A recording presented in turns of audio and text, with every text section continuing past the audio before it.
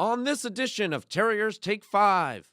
As another athletic year comes to a close, we take a look at the state of Terrier Nation with Director of Athletics, Drew Marrochello. And what was your favorite moment of the 2014-2015 season? We asked the Terrier faithful to share theirs. Just a casual stroll down memory lane. Terriers Take 5 starts right now.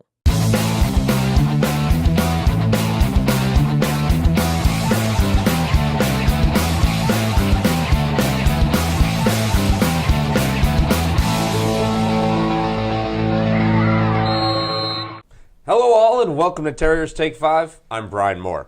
8 months ago, Drew Marrochello was named the Director of Athletics at Boston University. Now, as we culminate the 2014-2015 athletic season, we get a chance to sit down and digest the year in BU athletics. Well, Drew, we're here now in what is your new office, which is kind of a symbolic way of talking about the transition. Got into the role of Director of Athletics on September 9th.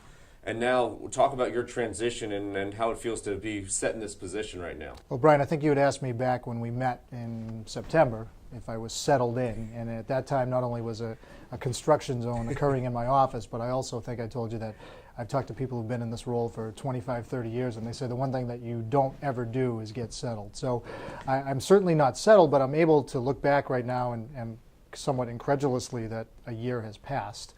Academic year of 14-15 was a real successful year for us in many ways, and we're looking forward to greater things in 15 and 16. You talk about your role now in this first year, and certainly for you, you've got to have a personal success story where it was something that you really pioneered your own drive that came to fruition. You know, I'm really pleased with some of the integration initiatives that we had on campus. I think that our student athletes were challenged at the beginning of the year, as were our coaches, to be more visible on campus, to show people that we're part of the fabric of this university. And I think that's showcased in many ways, whether they're in the dining hall, whether they're walking the campus, but whether they're taking part in some of the initiatives. And I think that they did that. I think our SAC, our Student Athlete Advisory Committee, really took that on as a charge and did some great things, and certainly I'm pleased with our coaches being involved. We had a lot of interaction with our Dean of Students office, a lot of reach out to some of our students who are not athletes, and I'm just really pleased with some of those things that might go unnoticed, but I kind of put that forward as a challenge at the beginning of the year to them. Well, in the games themselves, throughout on the court, on the field, through all 3 seasons, you saw conference championships, you saw personal accolades. Is there a personal moment for you that kind of stands out the most that you kind of just looked and said, that's really neat? You know, although the bittersweet end was chronicled really ad nauseum at this point, I would say that the run that hockey went on was just nothing short of magical. It really was great to be able to be playing in that environment, to come off a 10-win season, to have a Hobie Baker Award winner, to have David Quinn, who was national runner-up for the Penrose, and then to be so close to the pinnacle, but to do it with a group of kids who again were integrated on campus, who really were striving to do very well academically. I think that was where I kind of looked at that moment and said, this is almost magical in many ways.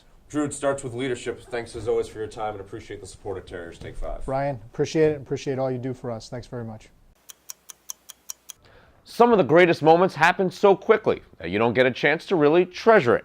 As the athletic season comes to its close, we look back and ask some what was their favorite moment of this past season. First off would be I didn't announce the game for men's basketball versus Navy, but I got to sit courtside and I watched as the Terriers hit a last-second shot to win the game, specifically Eric Fanning pulling up and hitting a 3 as the buzzer went off. And I was standing maybe 3 feet away from him, and he and I are close friends. So seeing him hit that and just the entire crowd going crazy, I'm standing, I'm screaming. You can see it in the highlights that I'm standing there and going nuts, losing my mind. It was one of the most electric things and one of my happiest moments as a BU basketball fan, let alone just this season. One of the best moments I've had this year, or in probably any year that I've had in BU Athletics, was definitely winning the Bean Pot.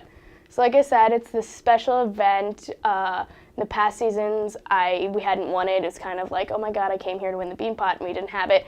This year we won the Bean Pot. We all celebrated. We beat Northeastern in overtime.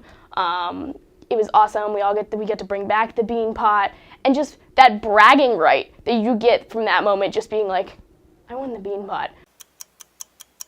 A reminder that there are plenty of other great memories from this year and GoTerriers.com will feature it with the Terrier 12, counting down the best moments from this past year. Look for that coming out throughout the course of this summer.